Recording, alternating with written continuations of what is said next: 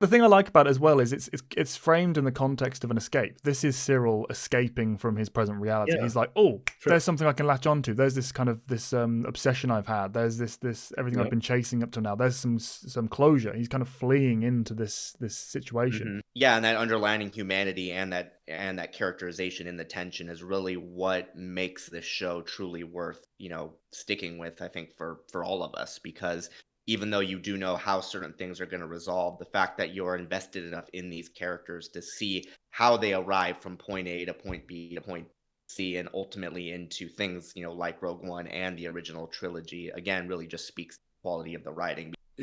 At this point, it's not so much talking about world building per se. It's more like believability. You know what I mean? It's just selling us on the fact that, as you said, lived in. Like, this is a lived in world where it's happening. Whether you believe that when you turn it off, the world's going on somewhere. You know what I mean? Like, that's what you want, So this does that far better than I think Star Wars has ever done it. Hello, ladies and gentlemen of the internet, and welcome back to Finalysis Star Wars. I'm Callum, this is Matt. Hey everybody, welcome. Yeah, and this is Evan. Greetings. Today we are talking about Andor at long last. Missed the hype train on this one, as we always do, but this is probably one of the fastest I think we've got for new material out there, because we're usually much slower than this. But that just speaks to our excitement, because we all love Andor, don't we, guys? Mm-hmm. Yeah, it's well, the I best mean, thing it has ever released since Rogue One, and really since ever acquiring this franchise. I think we can all agree on that. Absolutely, because it's better than Rogue One, and it kind of like better, makes Rogue One like more quaint. Yeah, I mean, like I was gonna say more worthy of being a thing, but really, I mean, I kind of think of them as two separate things. Also, it's this weird thing because I think it perfectly sets up Rogue One. It makes Rogue One more impactful and mean more, and at the same time, this show didn't need Rogue One. You know what I mean? It doesn't make like, you excited to hop over to Rogue One and watch it again. It pretty much could have just been like Cassian's origin, and it would have been perfectly serviceable. Yeah. And it's so funny as well, because we talked about it in other videos, but this was, of all of the projects that they were coming out with, in the last decade, when they announced Andor, I mean, I remember sitting in the office at work and just scoffing. I was like, oh, come on. Like, of all the things we didn't need. I mean, that is just the most ridiculous cash in ever, or cash grab. And it ended up being, I was pleased to be proven heavily wrong there. It's come out and ended up being the best thing they've done since they took over. So a couple things just to segue that, just to explain like why that is. Because I felt the same way. I don't know that was universal, but I mean, it's probably obvious, but just to explain, because it's going back several years now. I mean, in Rogue One, things happen, and at the end, everyone dies, including Cassian Andor, right? So it's sort of like this character that we had just met for that one thing, ostensibly, never going to see him again. Then it's like, here's a story about him. Well, okay, so unless you're saying he didn't die there, it's got to be some kind of prequel thing leading up to that, and who cares? Because I mean, no offense to Diego Luna's performance in Rogue One, his performance was not the problem among any of the problems with that movie. It's just like that character was like, we just met you, like who needs a prequel about you, and it's already a prequel to a prequel anyway at that point, or original. Like, sort of the point of the character was to die in the way that he does alongside everybody else there, because in the end, it's kind of a story that only really matters because of everyone's sacrifice at the end.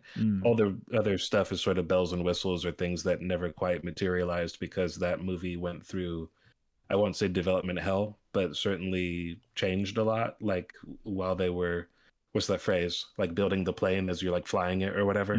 Like they were very clearly, it went through very many different permutations.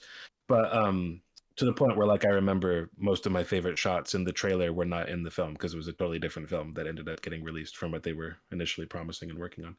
But so yeah, then a number of years later, after character is introduced and dies, here's a sequel called Andor. Now, yeah, that seems completely pointless. I don't know if my initial reaction was that it was a cash-in, more just like I thought it was a doomed project. I thought this can't be good, or I mean, like it can't be worthwhile. Completely wrong. I was completely wrong. I was blinded by like how good the first season was. I don't think it was perfect. I didn't think it was perfect then. I'd like to rewatch it. I still don't think it's perfect now. But I loved it, and I thought it was like, to call it like a net positive is nowhere near positive enough for me. The other thing was though, like I didn't watch the first season fresh. I don't remember when in the year it came out, but it came out the same year as Kenobi. Okay, yeah. And I did not watch. We did one of these for Kenobi that will never see the light of day. From my memory, it wasn't a particularly well made discussion, and the files might not still exist anyway.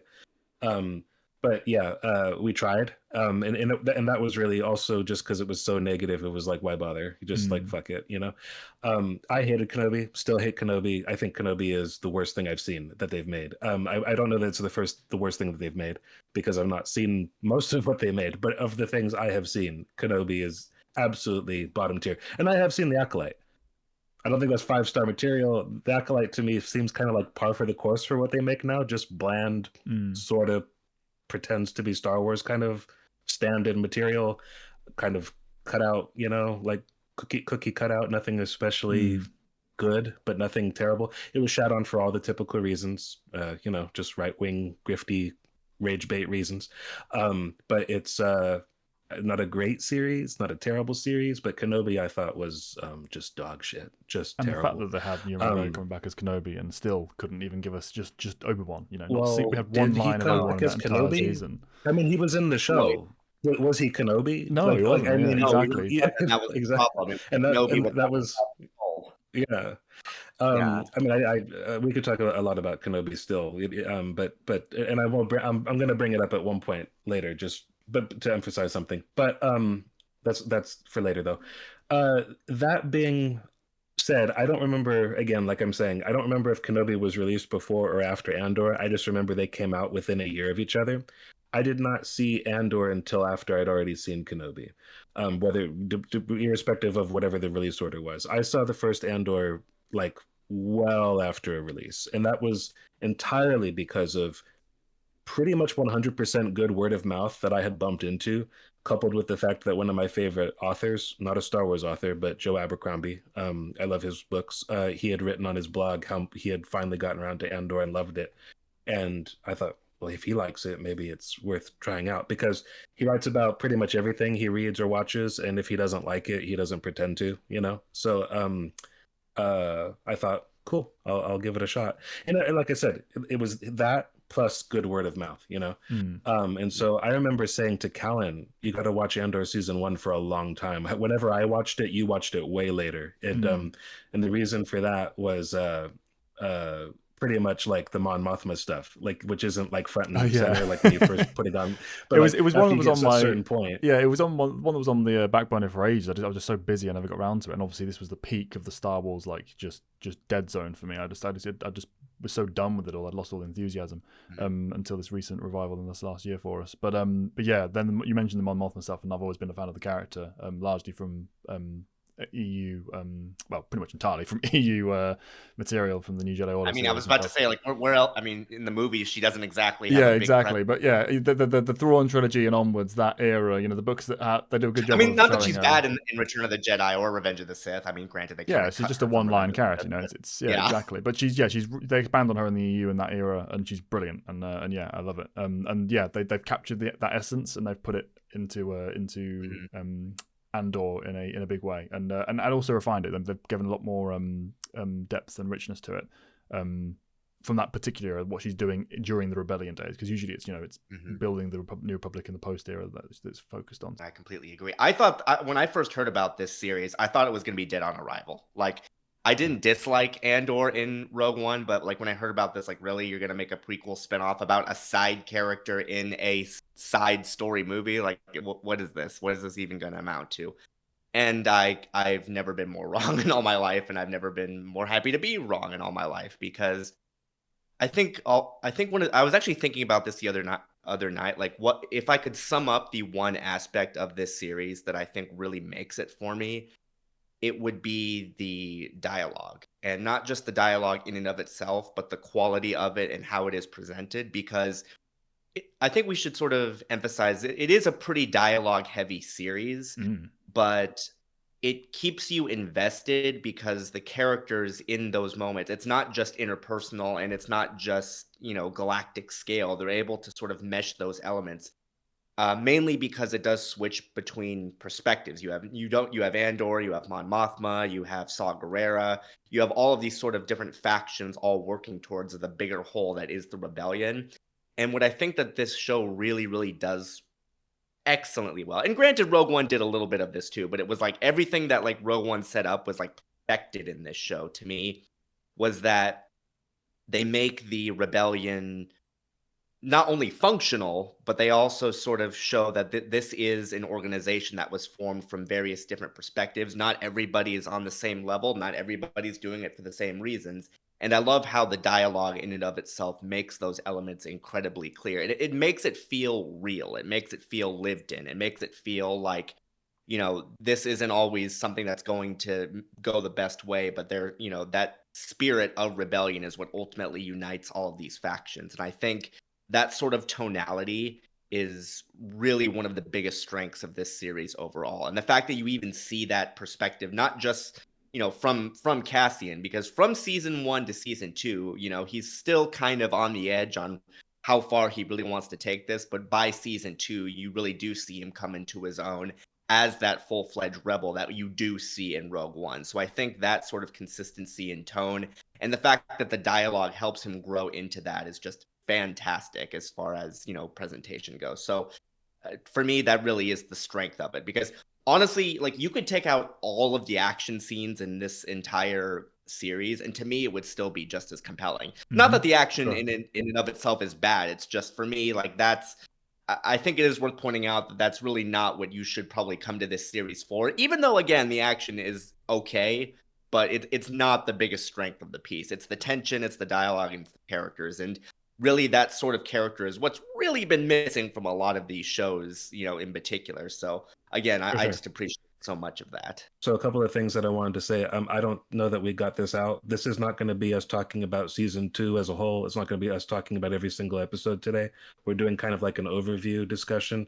And then in the future, we will be looking more in depth at the various arcs, because I kind of thought that was an accident in the first season, that they ended up that way, where it was a little bit disjointed. It seems to be by intention. In the case of season 2, at least, it felt more stylistic. So we will get to things more in depth, but today we're speaking about things fairly broadly. But to tack on to what we all kind of said about it being like a doomed series in our mind, and also to bridge what you were just saying about the character and the strength of the dialogue and the writing there, Evan, the title, I think, is misnamed. I don't think it should be called Andor, but I think I understand why it is, because I've not seen most of what has come out.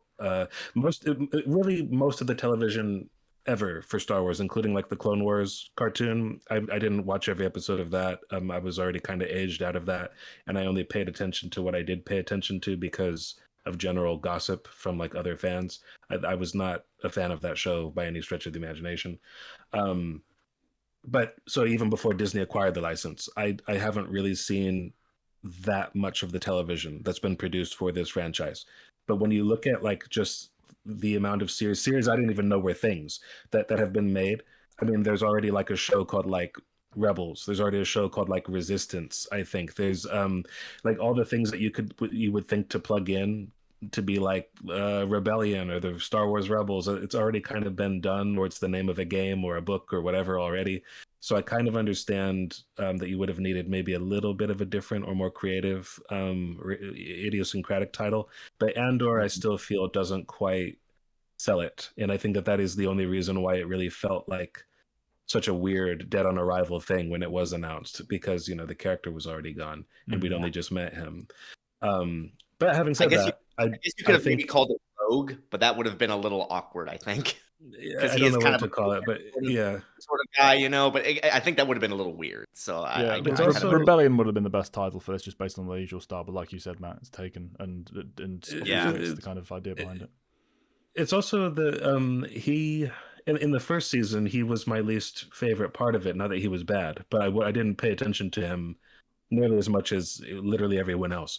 And to an extent, you know, that I still really like everyone, arguably as much or more than him, or I'm more invested in what's going on in the second season. But I thought he really earned his keep in the second season. I still think the title was a misnomer, but yeah, he I think he was a fantastic performance in both seasons, but I think he was a really fantastic character in particular in the second season. But yeah, I just wanted to get that out there. Callan, why don't you jump in with some thoughts? I wanted to respond to what you said, Evan, about the kind of grounded believability of this, the verisimilitude they managed to capture with how they framed this. Not only in the stuff like the world building, which is so often neglected in the last decade of Star Wars content, that really helps nail everything to the ground as they go, just by itself. But also on top of that, the way they layer that world building into the story crafting. So one of the strengths of both seasons, but the project as a whole for me has always been how they've tied the rebellion and its foundations and its character as a whole within the culture of Star Wars to the espionage and kind of political backdrop. You know, they've managed to take what was previously just like kind of plucky heroes in a small military kind of fashion against the larger empire, and they've condensed that down and focused in on the fact, okay, how do we build that? How do we get to that point where they're the plucky heroes standing up against the empire? And it takes a lot of dirty work and stuff, and a lot of stress and a lot of tension, and that's where this show kind of really sits. You know, it sits in that sense of oppression and that sense of tyranny and that sense of fighting against it in the different ways that each of the characters can. It's crystallized in the first season, particularly with Nemik's manifesto and the fact that he gets across the kind of ideas of how freedom kind of propagates in this kind of system, and what different personalities and different characters, what options they have, and how they can choose to kind of channel their efforts, etc. All crystallized around the two characters that kind of drive the kind of plot aspect of the story, which is, like you said, Matt, not Andor, not the main character or the titular character, but it's Luthen and Mon Mothma. They're the two kind of brains behind the operation, and for that to function as the kind of core central narrative of the show, they really need to spend the time to build to lay the foundations for it, and spend the time focusing on the two aspects they represent, that being the espionage and the politics. If you don't buy their characters, if you don't buy what the characters are supposed to be doing, then everything that kind of circulates around them and the kind of the field of influence they have over the story and the plot falls flat. You could have the greatest characters ever, but if you don't care about what the characters are doing, if you don't care about why they're doing it, if you don't care about the world they're doing it in, if you don't care about who's affected by what they're doing, both good and bad, etc., polarized around these 2 points of Mon Mothma and Luthen, then it all falls flat. And both seasons really put the time and effort into making sure they kind of captured that and crystallized it and made sure that despite the fact that we're looking at so many different characters doing so many different things, it feels like it's all coming together as one narrative whole, both Rebellion side and Imperial. Take all of that and then also make it a great character piece, make it a great like boots on the ground drama that's separate from the politics of the situation, make everybody feel real, make them feel the challenges, the choice they're making that are just on the personal outside of the large scale stuff. And yeah, you've got a recipe for brilliance as far as I'm concerned. Just piggybacking off something you just said, Callan, too. I like that what you just said about how it bigs up the rebellion. I also like what this show does for the Empire, because it you also get a very good look into the Empire's, espionage. Dang it all. You get a good look into the Empire's, propaganda. Their you get a look of things like just outside of the pure military might. But I also like how it bigs up the Empire. It's like, no, like running this sort of thing takes more than just, pure power.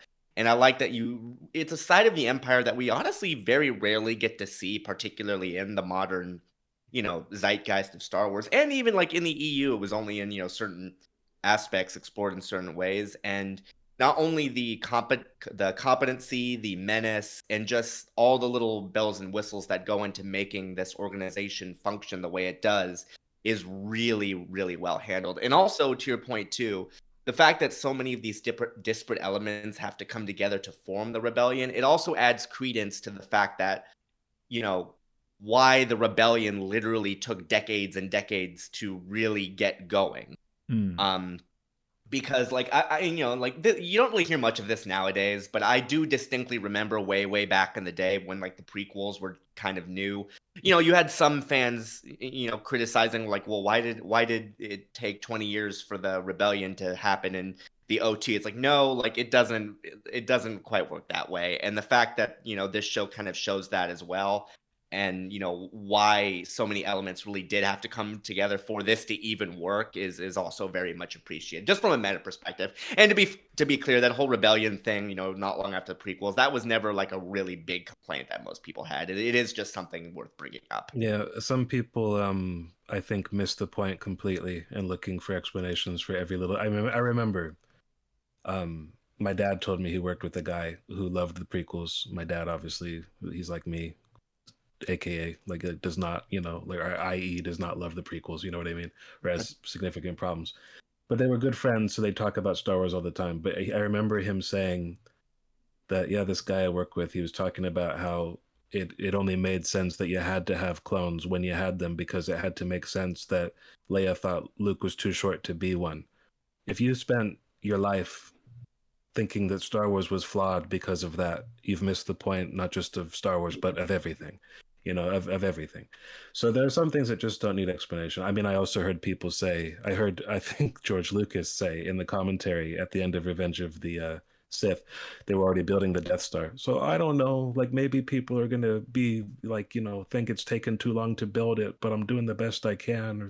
It's like, why would people give you shit for that? It's the size of a small moon. Yeah, you're literally building years to build. Yeah, it's like, but at the same time, given the way people's brains work and how vocal they are about these little things, I'm sure he did get angry letters to that effect. But it's weird. It's weird because I think he's weird to worry about that. I also think the fans he's worried about are weirder than him. So there's that. But anyway, some things just don't need explanations, or some things I don't know. Some fans are misguided in terms of what they need. But that's kind of what I'm getting at, because you talked about world building earlier, Callan, and I usually think that word is invoked for the wrong reasons, or I think there are some people who place undue emphasis on world building for its own sake, or decry the fact that most sort of creative entities today don't do everything that they can or should with the world. I think world building needs to be kind of like it's important for sure and it's essential, but I think that what you were getting at with the fact that this is a character piece, it's the fact that that's first, and that's why the world building is as rich as it is, because you're finding natural ways for the characters to move throughout the story in the way that they do. They navigate the story and so the world. Like, that is why it's as rich as it is, and it feels much more novelistic than most things. And even Star Wars books, to a certain degree, didn't feel this real. We've all been using this word, this realistic, this real. The people behave in a real fashion, and that's not just because this is more adult, which it certainly is, than what you normally find in Star Wars. But it's not just that. It's the fact that, like, I mean, for example, Rebel Alliance is going to be needing funds. Where did the funds come from? Now, nobody who's sane, no shade if you're not sane, you can be insane, but no one sane is going, how does the Empire pay for their people? It's like, who cares? That's not the point. Luke's blowing up the Death Star, move on. But if you want to finance your Rebel Alliance and you need to pay for that, and you need a big stock of cash, maybe you steal a week's worth of the Empire's payroll or something, I mean, so that becomes a non-essential question that does not need to be answered, but it becomes a very, very rich story and world building sort of implement.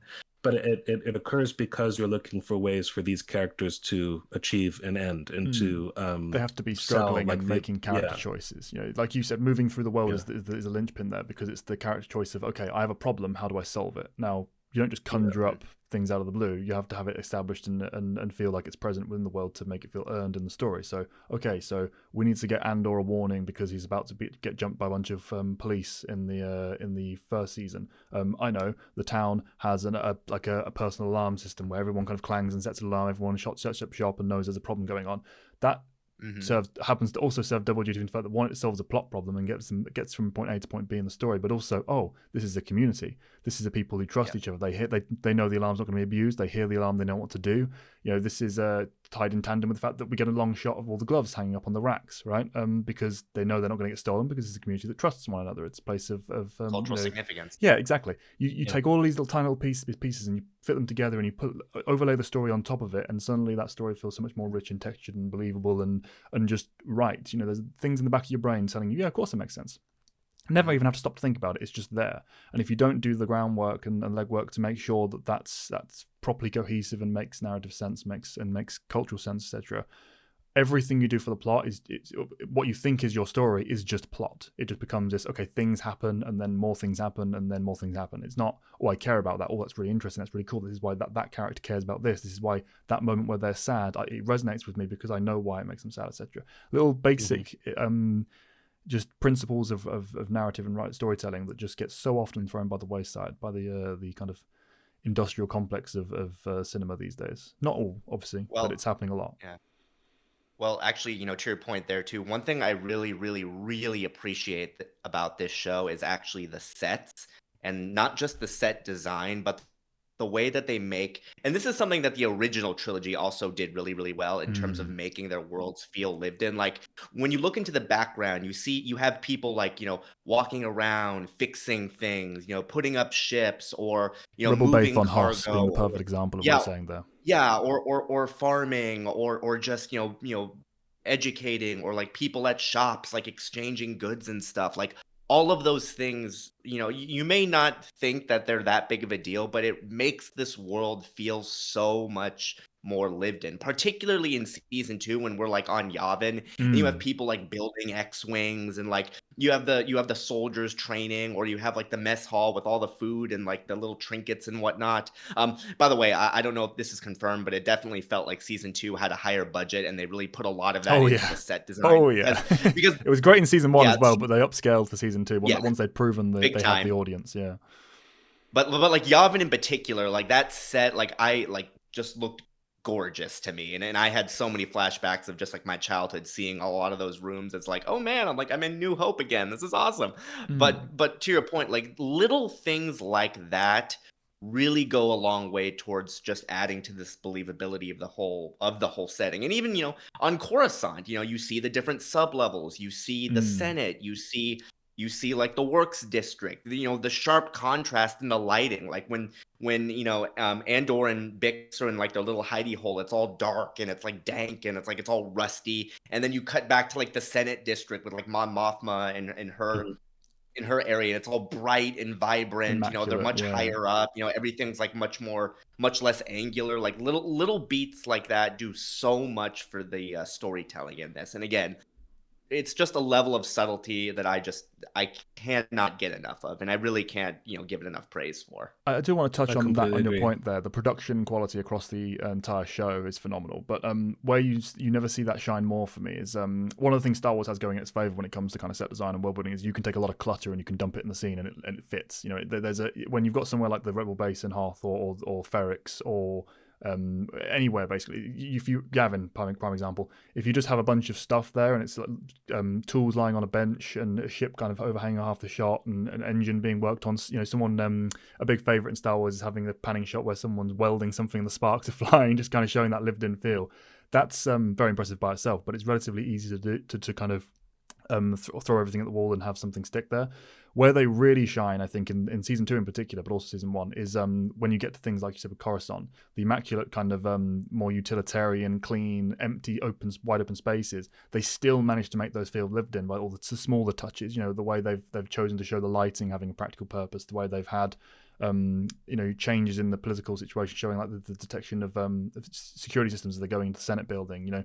The costuming of that alone, and they're showing the different cultures and classes, etc., that on the screen without ever having to draw too much attention to it going on in the background. It's all phenomenal, and helped by the budget, but also just the amount of attention and work that goes into this. You can see this show is a passion project for pretty much everybody involved. It comes across across the spectrum. It's a little bit cliche to call like the setting a character, but that's what Star Wars cries out for, and that's what it's been lacking in for far too long. It's also like they've done it with such intentionality as well in most cases. I mean, in the prequels there were interesting shots, or certainly like there were busy shots with just like mounds of military crap going on, or a big huge battle, or some aliens on Tatooine, or some romp chase scene on Utapau with everything happening, whatever. Just, lots of stuff in the frame doesn't make something interesting necessarily, but certainly it can help. But yeah, I mean, I can't remember which film it was. I think it might have been Rise of Skywalker, but at some point the protagonist landed in like a hangar bay of like not the Empire, but whatever they were calling it, the First Order or whatever. And there was no one there. It was just like an empty green screen. There was no personnel. There was no guards. There were no alarms blaring. There was nothing. It was just them popping around. Now, not only is that a bit boring as a story choice, but just visually, it doesn't feel. At this point, it's not so much talking about world building per se. It's more like believability. You know what I mean? It's just selling us on the fact that, as you said, lived in. Like, this is a lived in world where it's happening. Whether you believe that when you turn it off, the world's going on somewhere. You know what I mean? Like, that's what you want. So this does that far better than I think Star Wars has ever done it. I mean, I'm kind of including even the originals. That's probably more because of like the limitations of technology and scale and scope, and not knowing what it was going to become. At the time, it was a movie. It wasn't like a franchise with like a whole world or whatever to justify.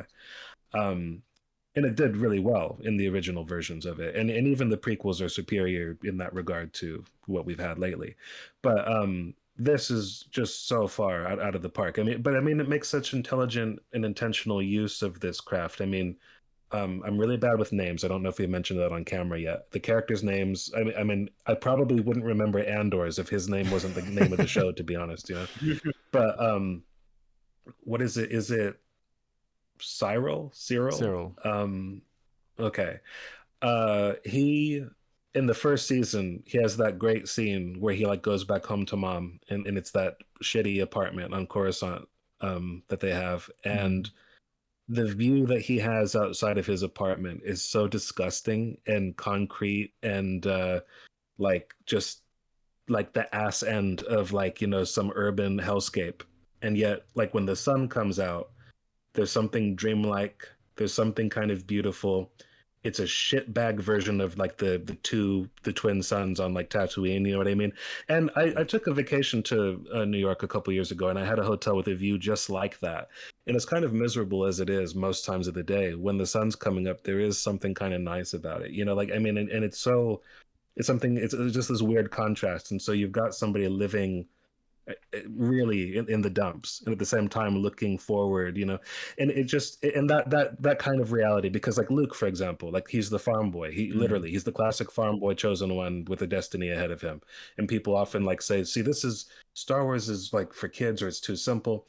I think there's like a part of us that wants those stories and to keep going back to those, because yeah, it's simple, it's good versus evil, but you, every day of your life, will be informed by your past, where you came from, like your origin or whatever.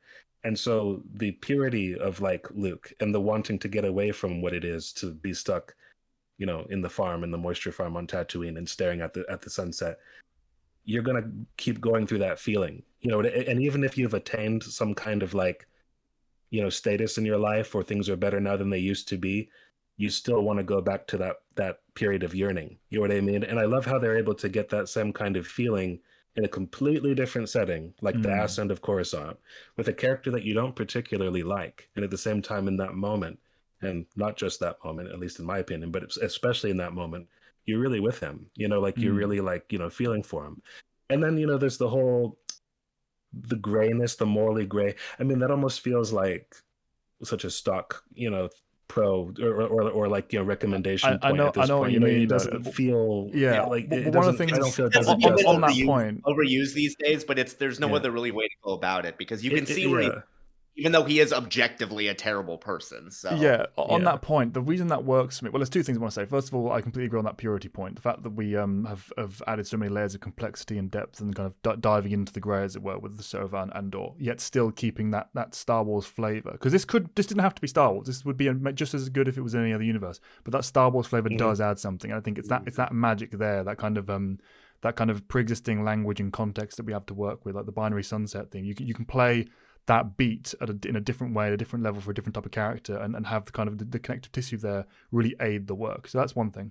And the other thing on top of that as well is one of the things I think makes it work so effectively with characters like Cyril, and you talked about the Empire as a whole earlier, Evan, is the fact that they've captured that essence of and the believability of the normalcy of everything with the Empire, right? This is just how things are done now. This is just the way things are. And you need to capture that, because if you don't keep that in the story and keep that front and center as part of your theming, while also diving into the complexity and depth of all things with the rebellion and the oppression, etc., you've got the big question everyone's asking is, why is everyone going along with this? Why is everyone tolerating all this evil and this oppression, this tyranny? And true to life, and part of the believability of the story. A question for our times. Yeah, exactly. Yeah. It's all times, really. Like, yeah, the last decade we've seen the shift. We've seen the shift from the way the world was as we were growing up and to what it is now. And the show does a really good job of capturing that within the context of Star Wars, while also addressing the reality that we face in the real world. This is not a show that's trying to preach to you. This is not a show trying to say, hey, look at things are, look at this message I'm trying to say. It's not the point, but it does it so well within the context it's working with in the Star Wars setting that it just becomes a truism. It becomes true to life by its very nature, its believability and the way they've sold it. The reason we can care about characters on the Imperial side, particularly Cyril as a prime example, because we know that if the Empire was good, the stuff that he's doing isn't particularly bad for the most part, right? He's just trying to thrive in his system and take pride in what he believes in, etc. Obviously, very problematic in many other ways, but the core of the character at the start is there, right? We know it's bad, though, because Empire bad. So if you have to kind of connect those two to make the characters properly sell the characters to the viewer and make sure that people like him and Deja and the who's the guy who runs the bureau? I can't remember his name.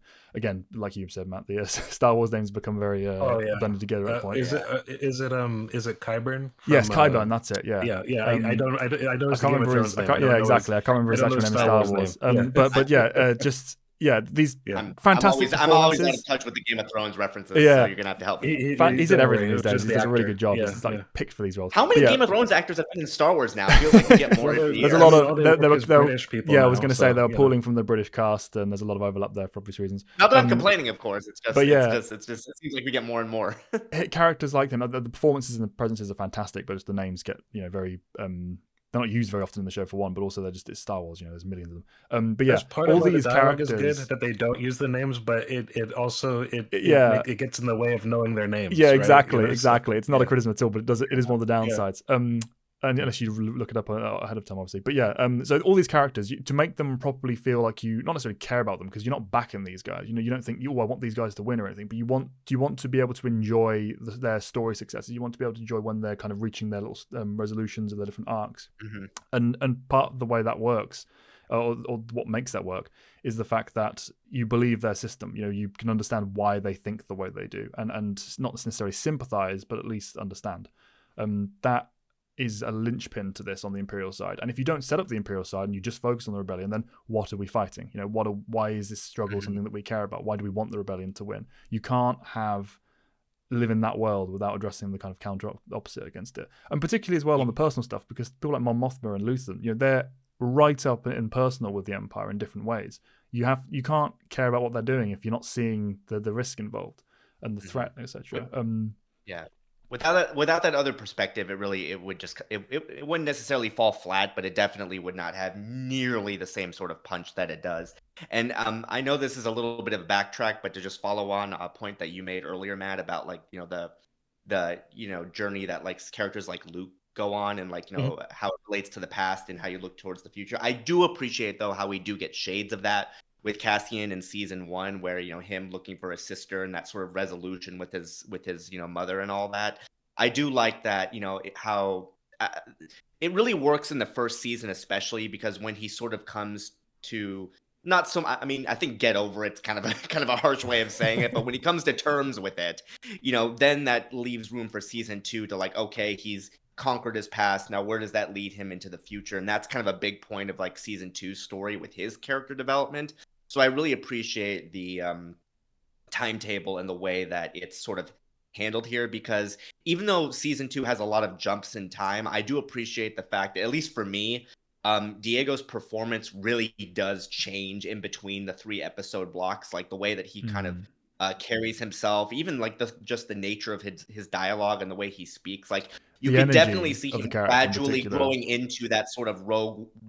I wouldn't even say persona, but just how he is in Rogue One. Really, you really just all see that mesh come together by the end, which I really, really appreciate. And I think it is worth pointing out that a lot of the same people who worked on Rogue One are also working on this series. So tonally, it's not just a character piece, but just like tonally speaking, everything is very consistent. Like you can literally watch season 1, season 2, and then just immediately pop in Rogue One, and it all flows together fairly nicely. Which is not an easy thing for any TV show to do. So I really do appreciate that. Because that's not always a guarantee, even if you bring back the same sort of people. So, really, all the credit to the directors and the producers for that one. Absolutely. For sure. We've talked about this before. Like, I don't love Rogue One, but of the movies that they have made, that's certainly, what I consider to be the best one. I was weirded out mostly by the opening, like half of it, and I think it's just mostly because whatever happened behind the scenes. To the best of my knowledge, that story has never really been told. I don't know if there are like non-disclosure agreements but like because it was supposed to be a war film, right? The whole context of it, because you mentioned earlier, and it jogged my memory on the fact that had been rewritten as heavily as it was. It was supposed to be like this is going to be a war film in Star Wars, and then it shifted like to a heist, we have to do heist. we have to do kind of the traditional style with it for Star Wars, and then they kind of overwrote that, and we only got the war film in the final third, which was the best part. Sorry. Maybe they should do like a Snyder cut sort of thing with like Rogue One, release the original cut of the film as it was supposed to be and see how that turns out. I know that would never happen in a million years, but that would be it's an interesting like food for thought sort of thing. Like what if the director actually got to do it the way that he wanted to do it? How would that have turned out? I don't know. And to the best of my knowledge, they've never really even stated, well, here's what happened or here's what the problem was. It's just kind of like we don't really talk about it. A lot of that creative team is involved here, like you said. But like, I mean, I think this feels like this is what they had wanted to do with Rogue One, like in terms of the tone, what we're talking about here. I mean, and you mentioned this quite a while ago, and it's come up a few times, and I don't think it can be said enough. The strength of the dialogue here, I mean, is something that Star Wars has never had before. I don't mean to shit on the prequels in particular with this. It's kind of the films as a whole have never really had this going on. In some sense, it was a more simple story, and it was that sort of serial adventure, sort of nostalgic kind of almost campy vibe that Lucas, at least in some sense, was intentionally pulling from or drawing from when he made the original film. There's great dialogue in those movies, but I don't know you call it real. You know what I mean? Like the characters are not necessarily real. They feel real in certain moments, like the heights of the great parts of the movies. There's a certain tier that we step into where realistic dialogue isn't even necessarily like what's called for. You just want something that serves the business of the scene and serves the audience well. But this, because we're engaging in things like job searches and career dissatisfaction and domestic problems and just how do I raise my daughter? I'm having issues with my spouse. I'm also trying to start a rebel alliance kind of a thing. We're out of money, and then you have characters who are just to both feet in both realms as a character like Luthen, for example, in terms of, I mean, he's like moral gray, the character, like he, just absolutely perfect spot in the center. I guess he does tinge a little bit more towards the correct side of things because he's fighting for the right, but at the same time for the correct side of things, I should say. But I mean, it's just like the things he's willing to do. Right. In pursuit of that. It's the gristle behind the rebellion. That dark side that is absolutely required for them to function, them to come about, that we didn't see before now. Yeah, and it never really felt required, to be honest. When it was like a more simple it's an extra layer, isn't it? Like you can intuitively think that would be there, but we've never really seen it firsthand. And he's like an excellent encapsulation of all that. Because in these situations, you kind of need that level to kind of get things going in the way that it does. Yes. And the fact that the show does not shy away from that in the slightest is very impressive. And whether you agree with him or not, it is just an unfortunate reality of the situation that they're in. And again, the fact that they openly acknowledge it, and the fact that they're still willing to work together does say a lot about the dire nature of this entire thing. I did not expect Luthen to become unambiguously the best character in the show for me. Like I love Mon Mothma. You know, she's great. The way that they've realized her. All said and done, I quite love Cassian Andor as well. Like the way that they like start to finish. Like, you know, we already talked about why I wasn't sold on him going into it, but and it wasn't because of the actor. It was just really. But yeah, I mean, Luthen, I think, and it's not just because he's like so well done, because he's pretty perfectly executed as a character. I don't really have any quibbles with that. But it's the Skarsgård, man. I mean, he brings so much. It does help. Yeah, it certainly helps. Part of it, but also, even with the other actor, I think it would have been almost as strong. You know, it's really solid dialogue work.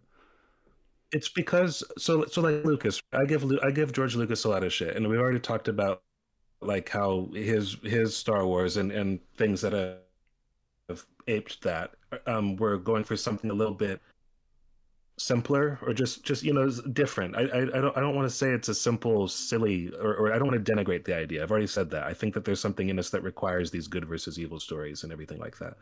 But I think Lucas was better at asking questions or raising interesting points than he was at like providing answers. I think the answers he provided often were lacking, or and just as often, if not more so, not to my tastes, you know. But I mean, the prequels, the questions and the sort of ideas that he kind of tossed up into the air, I don't think he juggled them well, but I think they were interesting matters to, like, you know, to deal with. This show, and Luthen in particular, I think, because even when you figure out a little bit about his past and his relationship to was it Clea? I forget the character's name, because even when they answer those bits, that would be so easy to fuck up and like make the mystery like just ruin him as a character or make it too small. They somehow like they preserved the power and dignity and mystique.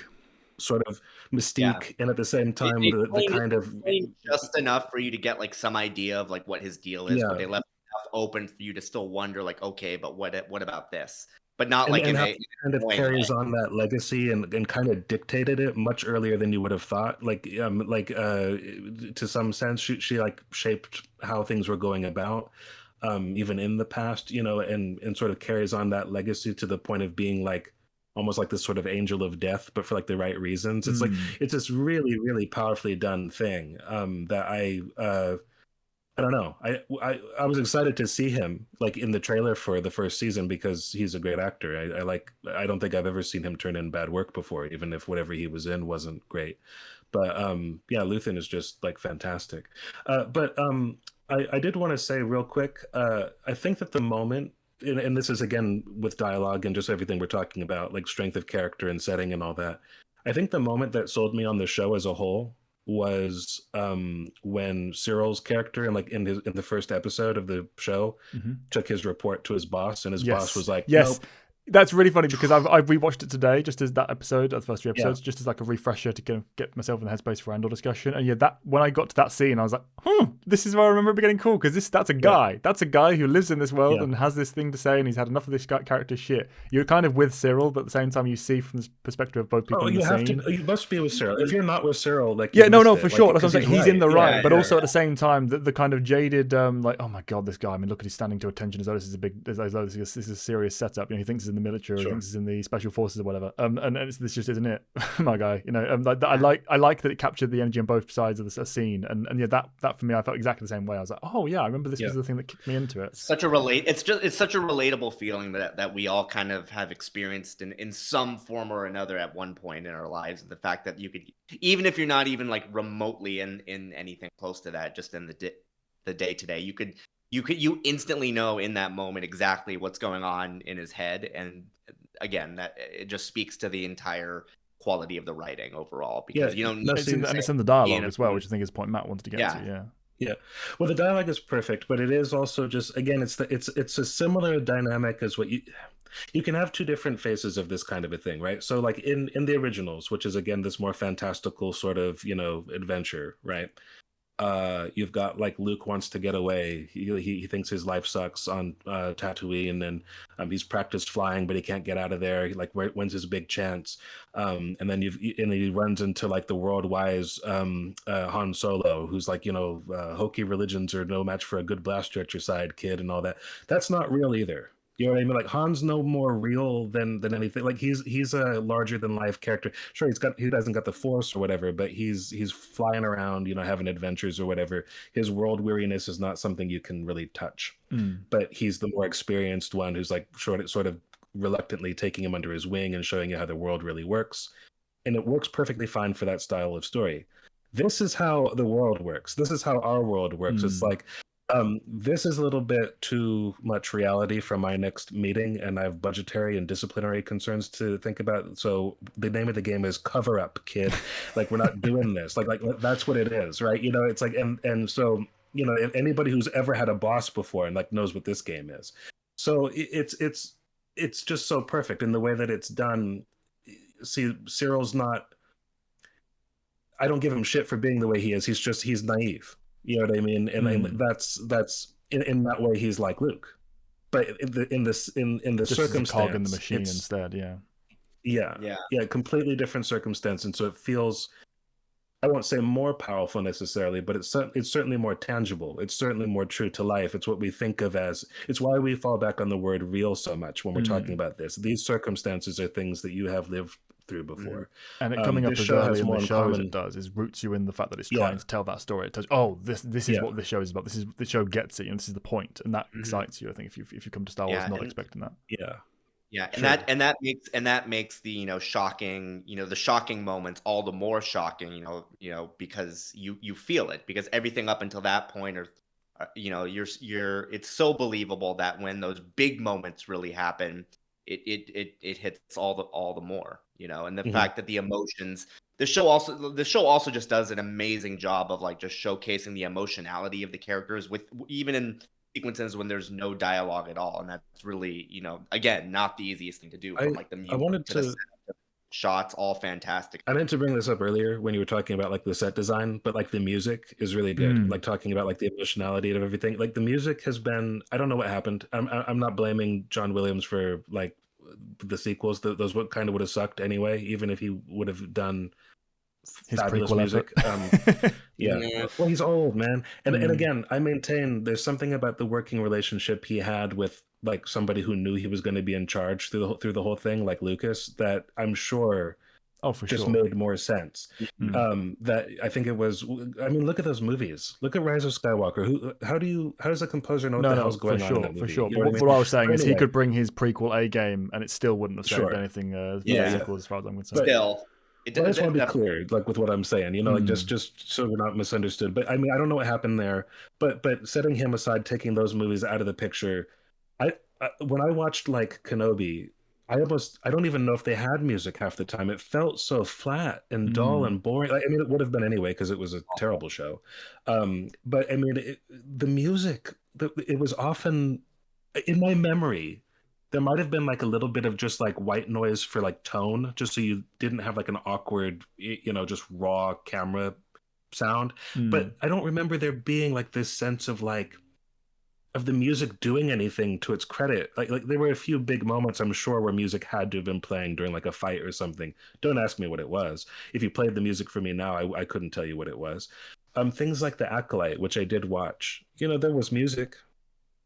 It happened. I don't remember it. It feels like they've forgotten that part of the space opera. And in many ways, this has pivoted hard out of the opera part, right? And just gone into like hard sci-fi. But the music is wonderful here. Like the music really, really, really works. It's essential to everything else. It's Star Wars as well. But at the same time, the same with everything with Andor, it being slightly adjacent. It's not playing to the same tune as we have in the past. And it's certainly not using it as a crutch, which is hellishly to its credit. But it's still there. We could play some tracks right now and you'd know, oh, that's from that scene. That's from that scene. It really is threaded in really smoothly with the story. Builds an ebb and flow as well to it. One thing I wanted to mention when Evan was talking about it was we talked about the world building, talked about the kind of legwork going into the nuts and bolts of how these stories can really kind of flourish and make the characters feel like they're walking through a world and making decisions in a real setting. One of the big rewards for taking the time and doing that, and doing it over an extended period of time as well, is that you get a natural kind of ebb and flow to your story in terms of stakes, and that lets you play into this kind of it has a natural build up to it that means that when you start threading in kind of high intensity plotting, you can build to like what is actually a true story climax in a way that you can't do it otherwise. I think that was one of the strengths of it being kind of a 3-episode kind of structure throughout the series. It was intentionally doing this. You get moments like the speech is the perfect example, right? All the speeches in this show are so memorable as they are, not just because the dialogue and the writing is perfect, that is absolutely the case, and is one of the major linchpins, but it's the timing of when they come up. It's the context they're coming up in. If you can't just have Mon Mothma give a speech in episode 1 or episode 3 or whatever, declaring what she does and then leaving. If you don't have the tension of, oh god, is she going to get away afterwards? If you don't have the tension of, oh, this is coming on the back of the massacre that we've just seen prompting it. If you don't have the context for what she's saying and why it means so much to her and the world that will hear it, none of it matters. It just becomes a dry, boring speech that has nothing to go for it. Performance and all. You have to have all the build up, and spending like all of the time doing all of this culminates into so many amazing moments in this show. The speeches being the prime kind of catalyst for that. The speeches kind of, are point to them for each one. They're not, but they're not just speeches for the sake of speeches. They're a direct consequence to things that are essential to the narrative of the story. I mean, you can again, like you were saying, Colin, just having a speech, even if it's written really well, if it's not set up or paid off in a way that matters, like why should we care? But the fact that they nail that so well is perfect. Yeah, and it's payoff, but it's also set up for what comes afterwards. It's again, that's ebb and flow. It's the peaks of the story as you go through, and it leads directly into what comes next. You have Mon Mothma deliver that speech. She's then heading off to Yavin to continue what we know within the larger lore. And yeah, it's just, I say Mon Mothma because obviously she's the prime speech one, but the big one for me was Marva. Season 1 Marva. That speech was, funnily enough, the first thing I ever saw from Andor, because I saw it on a scene online and had no context and thought, that is awesome. It was awesome in a vacuum, let alone without because I'd been trying to get you to watch it for months and you skipped straight to the end. By the way, just a little fun fact. Callan actually saw one of the sets they were doing for this show. When they were doing, I worked 5 minutes from where they built the Andor getting arrested on the beach set. Well, I mean, they didn't even build it; it's just there. It's a real thing that exists in the UK, and they just kind of put like 1 or 2 Star Wars things on it. And it's really funny. But yeah, you told me you actually walked. You walked on that street, right? Yeah. I've been. It's just a place I go sometimes, or have gone. I'm moved further away from it now, but yeah, I've had chips on that beach many a time. So yeah, random detail. Thankfully, he never got strangled by any HK droids. Security droids, yeah. Yeah. But you mentioned how sometimes the speech is not really the point, but rather like the setup for the payoff. I think that particular one with like the prison is like a good example of it, because the power of it is I can't swim. Like it's not so much the speech is great, but like what guarantees it sticks in the mind is that he can't. Oh, by the way, thank you for finally bringing Andy Serkis back and doing him some justice on the big screen, because man, did that not land with Snoke. Yeah, I mean, come on. I don't know. Again, I don't know whose fault that was. Actually an amazing actor, and you wasted. He's an amazing actor. But yeah. I mean, but they were using him kind of like as a come see this movie. Andy Serkis is in it, and everything he does is great. And it was like the characters. Was not great. It's not his fault, but it was just ridiculous, But those movies. Oh my god! But anyway, but yeah, he was fantastic, and it was a great. Because wow. Yeah, it was a great speeches, but and again, we're talking about the dialogue. I think oftentimes the speages they're wonderful, but like I just love the actual just everyday dialogue that's a part of it. For the most part, like again, I'm really bad with these characters' names in particular, but his friend, the one who dies at the farm in the early part of this season. What was his name? Because I love him as well. I can't remember his damn name. Yeah, he's great. The names are really his first ever scene is perfect as well in the show.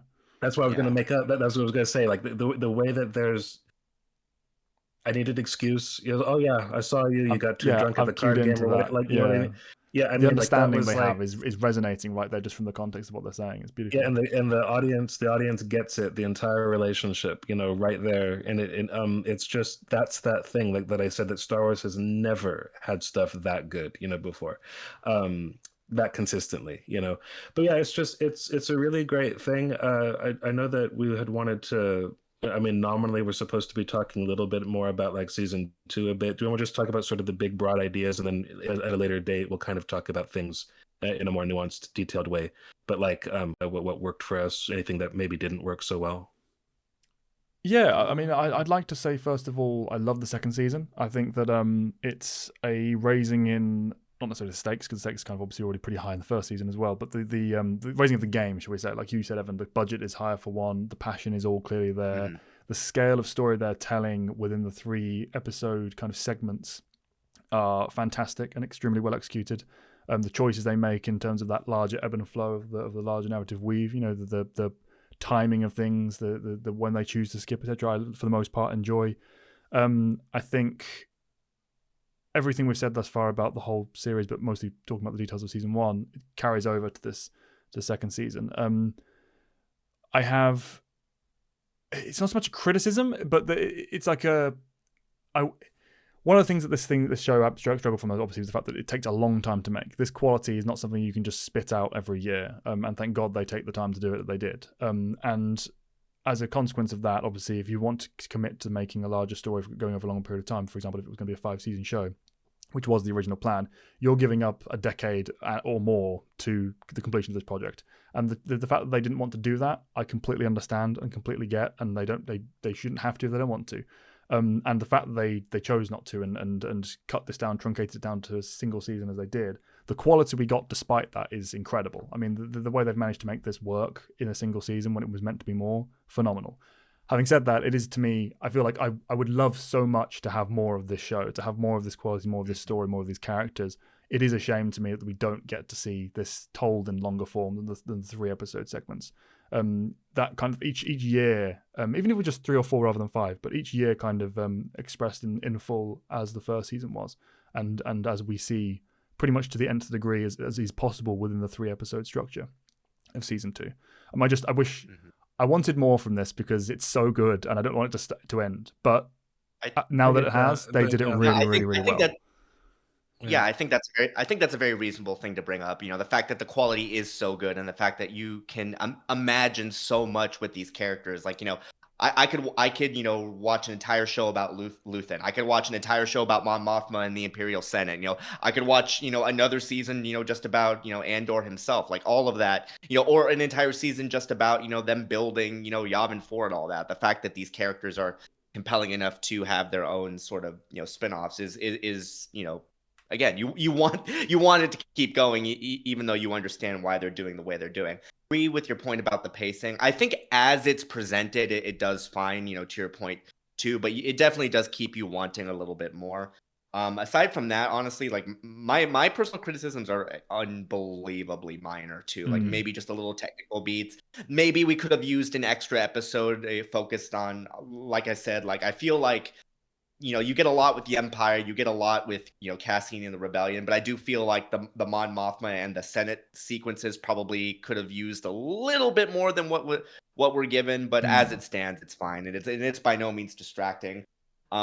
Also, it is a little weird how much the marketing hyped up Director Krennic and the Death Star project being in this season. Yeah, they're really like, I know that's not the point of this. That's not the point of the show, but it's a little bit like deceptive. Like for what we get with Krennic, he's great, but like you do kind of want a little bit more than what we're given. But again, it's minor. So I was going to say leave them wanting more in the positive sense, because the flip side is I think that this runs into, 5 seasons of it sounds like way too much to me. I don't know what you would do. Maybe 3, but 5 sounds like a lot. Yeah, I mean you're talking about 60 episodes if they were like 12 a piece, right? And it's like, of this, I love it, but it's very it's funny because like they're skipping time, but at the same time it's like it's all slow burn stuff. It doesn't feel rushed at all to me. I I don't want 5 seasons of that. And it also, after a certain point, it would feel just like, when is Vader and the Emperor going to get involved in Tarkin? And I don't want to see them again. You know what I mean? There just seems to be like, or we have to rope in some Jedi we've never heard of, or dust off Ahsoka again, or whoever, or whatever, and shove them into this thing, which I certainly did not want. So I'm really glad that it is. I'm glad that they went the way that they went. Um, I think I have the feeling of I could watch more. I don't demand more. I don't feel cheated for not having more. I'm happy with what we got. But yeah, for my criticisms, I think that too much time was spent on a couple of things I just didn't care about so much, like the disparate group of rebels on in the forest thing. I didn't hate that, but I also didn't love it. You know, I was ready to be done with that before we were done with it. It's the only part of the show where it's like, okay, we need Cassian like set to the side for a second, so we can build up some other things, but we don't want them intersecting. So let's just put him on a planet with some crazy rebels fighting. Some of the stuff in the run up to the wedding I thought was going on a little too long, and at the same time I really liked it, you know, like overall, like what was going on. I loved the scene of her getting drunk on the dance floor. I thought that was fantastic. Like just a wonderful character choice. Brilliant. I love the tension of like, also I knew that there was a, I don't know, can I say the word?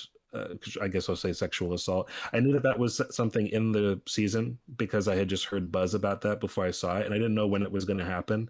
So like the guy, her partner, Mon Mothma's partner, who's like angling for money, or I'm not going to help her or whatever. I was like, surely not. Is this the guy? Is this the sexual assault thing? Now, obviously, you know, anyone who's seen the show knows that that's not what it was. But all I knew was it was in the show because people were talking. So they said it happened. And I didn't know in which context. So I was like, I really hope she's not going to get drunk and like, you know, have somebody, or like, I don't know what angle we're going on here. So instead what it was just great. I loved that had nothing to do with that.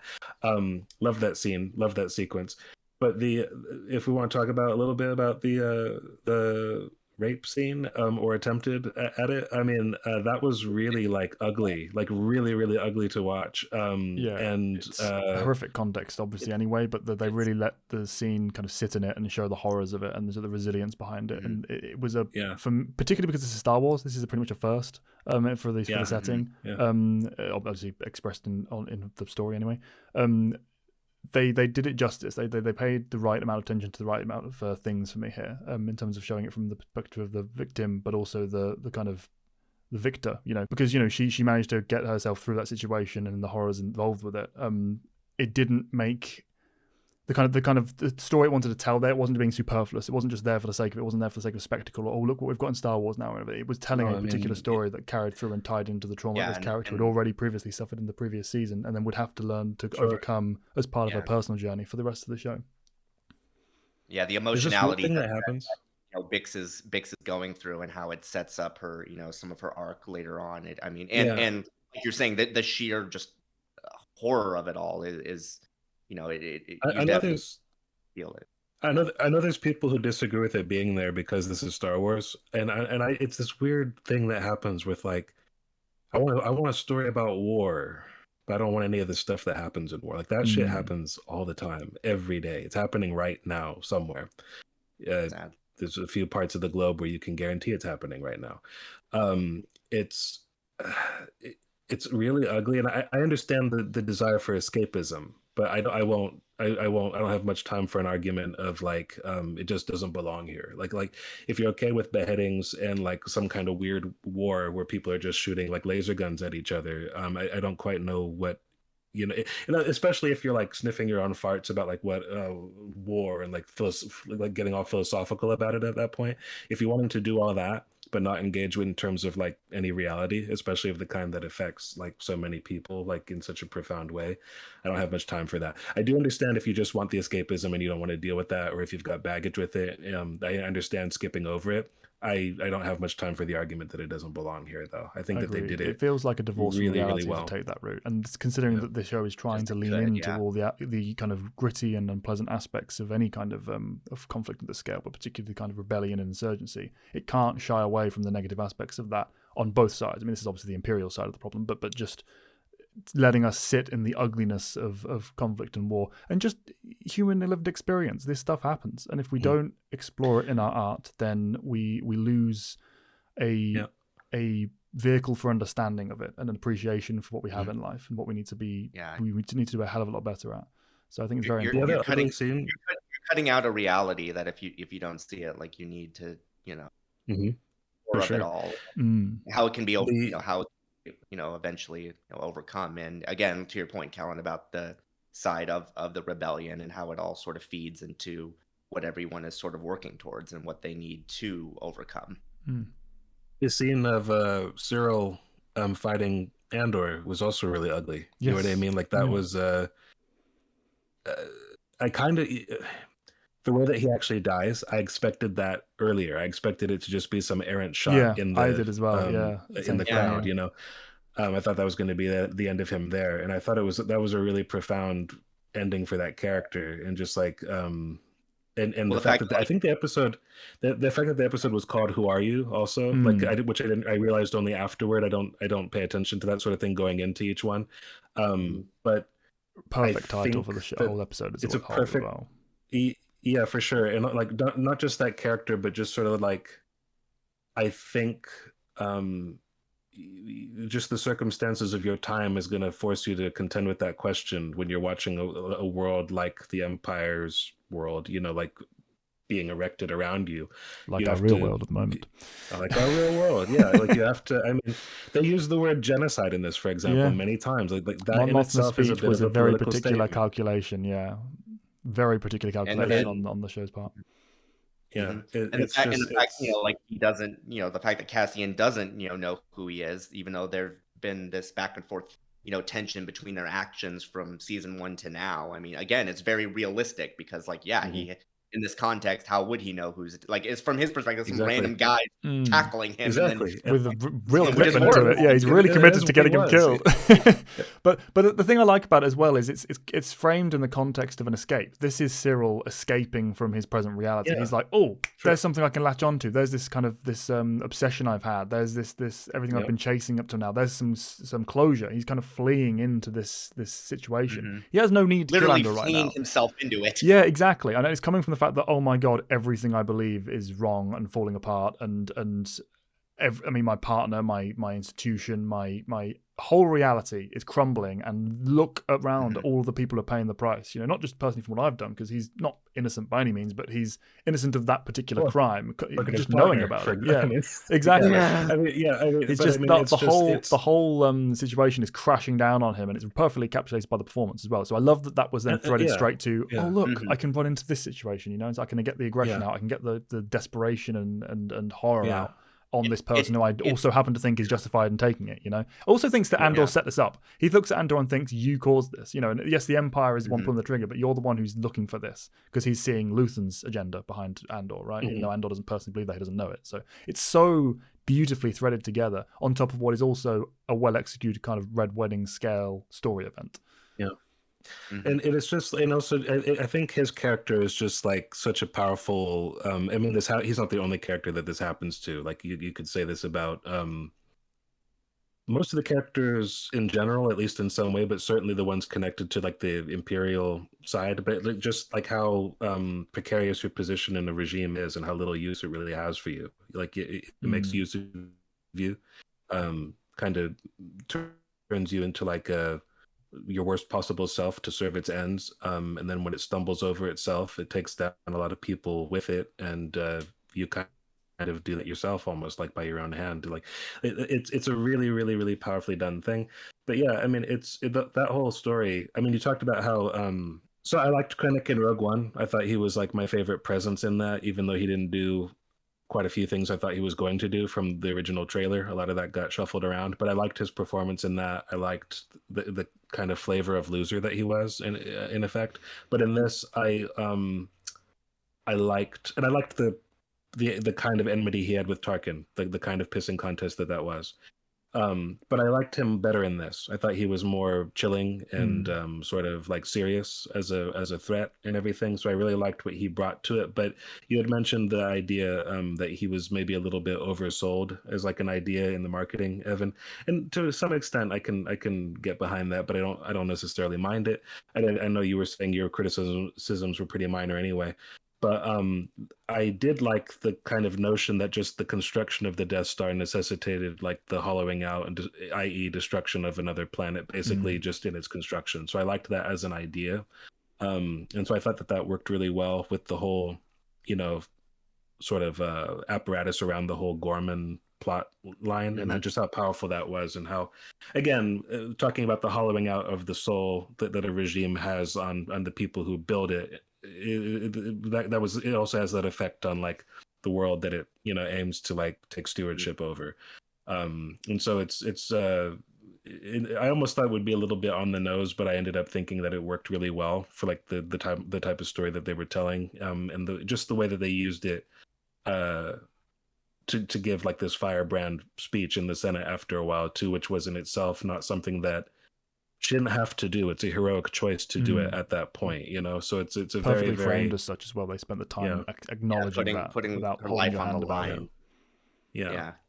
And that she makes it, but you don't know necessarily about everyone she's connected to. You know certainly that Bail Organa's clock is ticking because he gets blowed up with the Alderaan, right?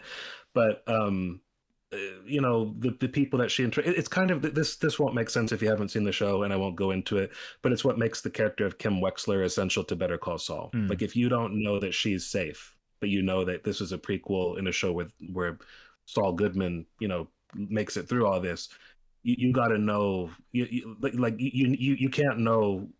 You need a sense of jeopardy. You know what I mean? And so, like, just because we know Mon Mothma shows up to give her Bothan speech or whatever in Jedi, but I mean, the people that she's around, they don't necessarily make it, and also, if you just watch the films, you don't get a sense of like what living under the regime has really meant for most people. Like if you look at when Anakin was a little boy, it doesn't seem that much different, certainly on Tatooine, than where Luke grew up. I know that's not the Republic, but that's what I'm saying. That these are the parts of the things you see. These are the places you see.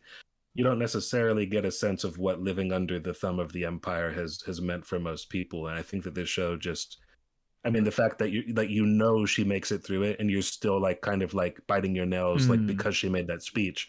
I mean, it's doing all the work to make the setting feel like it's got real stakes and jeopardy and feel lived in, and that you care about it, Yeah, and that underlining humanity and that characterization in the tension is really what makes this show truly worth, sticking with, I think, for all of us, because even though you do know how certain things are going to resolve, the fact that you're invested enough in these characters to see how they arrive from point A to point B to point C and ultimately into things, like Rogue One and the original trilogy, again, really just speaks to the quality of the writing. Because if you're going to make any sort of prequel in any capacity, you need to make us, not just care about the narrative, but care about these people involved. Otherwise, what's the point? Because, like you were saying, we know she makes it, to go on to do all of these things. But the fact that, it's presented in such a way where that tension is not only there, but actually enhanced is, very much, worth, taking into account, and really just speaks to, I think,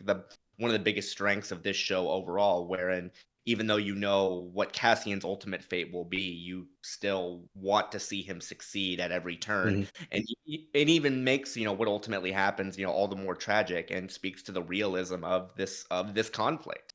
So again, just fantastic on every turn. Just because we were talking about this particular pocket as well, I do want to bring attention to, I mentioned before how I didn't like this, or rather I would have loved to see this as a more extended story. The fact that it was condensed down into a single season. Again, it's fantastic in what they've done. It really, really impressively well executed. And I can entirely appreciate the fact that they don't want to carry on and do this for a long period of time. They don't owe us anything past they've already given us. That's my starting point there. However, even without the fact that I would like to see this for more seasons, even if it was just one extra season or even a longer season here with like another half again, the episodes or something, one of the downsides we have had from this truncation is there are bits and pieces throughout the 3 episode segments that drop off or have been lost in the murk a bit. You mentioned Mon Mothma and the stakes of her family, Matt. That was the prime example for me. It even, I think, I was, as it was, the show was wrapping the final episode, I was like, we haven't had, like, the husband and daughter just dropped off the face of it. And then that exact moment, it will randomly cut to a shot of her husband in the whatever taxi. That is admittedly a little awkward. Yeah, it was like in the editing, that exact moment, they realized, oh shit, we haven't given them any conclusion there. Like, there were a few, that was the biggest one, like her family. I mean, the question of what happened with them, couldn't the Empire just pluck them up and, and kill them, or use them to leverage against us? Loads of little things like that. They were the biggest example of it, but there are pieces throughout the story there that did get dropped off or lost or cut off. Like Lonnie, for example, he dropped off for a great portion of the story and came back in when he was needed. It kind of diminished what happened there. Nothing major, like it all still functions, but just I know that there was so much that could have been done more with these characters. That reminds me. Can I interrupt with something silly? Yeah, sure. I completely agree with you, but just on a point of the writing, the one thing that like bothered me, you mentioned the character. What was his name? Lonnie. Yeah. I absolutely love that character, by the way. Justice for Lonnie. There was a bit. I think it was during this arc where he was, where Andor was smuggling, or he was trying to get her out of the Senate rotunda after she makes her speech, right? He had an alias, right?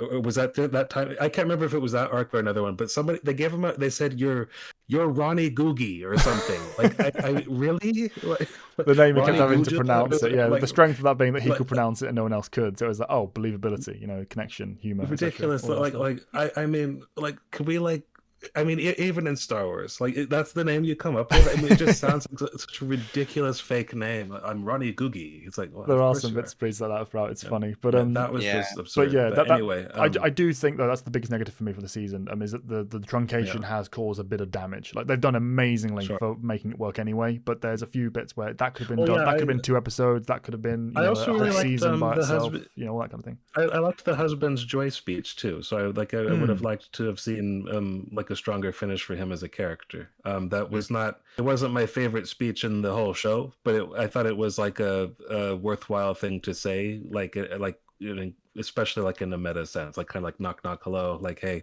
I got something to say to you. A little bit like again, it's on the line of like being on the nose, but I think it's a needed thing to say. I think it's something that people need to hear now and will continue to need to hear for quite some time. But anyway, I agree. Like some things did suffer from that, but we'll get to when we discuss the actual 3 episode blocks. But things like that wedding, 3 episode sequence could have been an entire season by itself, as far as I'm concerned. Like there's enough material there to extend these characters out, with all the stuff that's going on to full length stories. And I think that there was a lot lost in the truncation, despite the quality that was delivered at the end day. But yeah. Also, tiny little thing, really doesn't matter at all, because I completely understand why it's the case, that mostly being budget and time frame required. But there are no aliens in this goddamn show. I would like one alien character that isn't just someone walking in the background for the sake of set dressing. I understand why they did it, but it is a real shame that we couldn't pull that off, because that's something that is integral to Star Wars storytelling, and they're all human. I liked seeing them all because they've really been sidelined in most things, but I liked seeing them sometimes. Yeah, they put the effort in where they could, but it's just I understand why they couldn't make an actual character but it is a shame. Yeah. It's something that gets lost in the visual medium of the fact that you have to create these in ways that you don't have to for things like books. It's and also of course the Imperial context, they were stamping out a lot of the influence of other aliens anyway. But just they could have played with that. They could have done something with it. I would have loved to see just a handful, like 1 or 2 characters that had presence in the story that were non-human. But yeah, I think that's a pretty broad, summary of how we feel about the show as a whole. We will be going into greater depth for the individual 3 episode segments, like Matt mentioned earlier, to kind of dive into detail for the show, because it really deserves it. And we'll be going through that, as and when we can, in amidst different book reviews, etc., that we're doing at our current pace. But yeah, I love the show. I think everyone who loves Star Wars can get something out of this, despite the tone shift that's away from the larger majority of the franchise. I think we've talked about its strengths enough, that they really are, if not unique to Star Wars, then sure as hell very, very rare. You only really get some of this quality in the books for the most part, and not even many of those. So yeah, it's something I very much enjoyed, and I really love looking back on it. And I'm excited to jump back into season 1 again, because I did first few episodes for this recording just to kind of jog my memory, and I was surprised, even knowing how much I loved it, how much I enjoyed going back on the rewatch. So yeah, looking forward to that. Yeah. Very, very much the same. I mean, the perspectives, the characters, the dialogue, the storytelling. I mean, even if you're not a fan of Disney Star Wars, and I wouldn't blame you if you're not, this is definitely, if you're gonna see anything that they make, definitely see this. And especially if you had even the slightest passing interest in Rogue One as a film, and then this just takes everything that film did and just, you know, expands it like 100-fold. I mean, it's an excellent character piece, an excellent world building piece, and you know, like you were saying, Callan, you know, we see a lot of perspectives that really don't get touched upon nearly as much as they deserve to, and it is definitely a very, you know, enjoyable piece of just sci-fi entertainment. So definitely check it out. Yeah, I mean, I think I would say even if you don't like Star Wars, you're probably not watching us. But I mean, it's really good. You know, It's very, very good. I loved it. It's consciously got like a step aside from like the traditional, you know, mainstays of what usually makes a Star Wars story Star Warsy. And I think that most of the creative decisions it makes are pretty unique. To this series in amongst the franchise, I mean to say. And there are a lot of people who are calling it one of the best TV shows ever made, not just Star Wars TV shows, but just one of the best TV shows, and certainly of the last few years. I would think that's at least it's got to be at least in contention. So yeah, it's really, really good. Any complaints that I have today or will have in the future are going to be minor. I loved it. Well, I absolutely loved it, you know, and everybody should watch it, I think, or at least give it a try.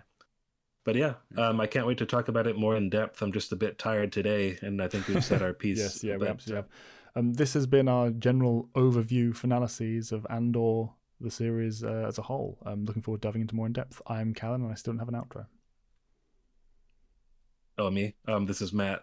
Sorry, I forget how this works. Bye. Thanks for watching. What are we doing again? Evanova 95. We hope you guys enjoyed. We'll see you guys later. Goodbye.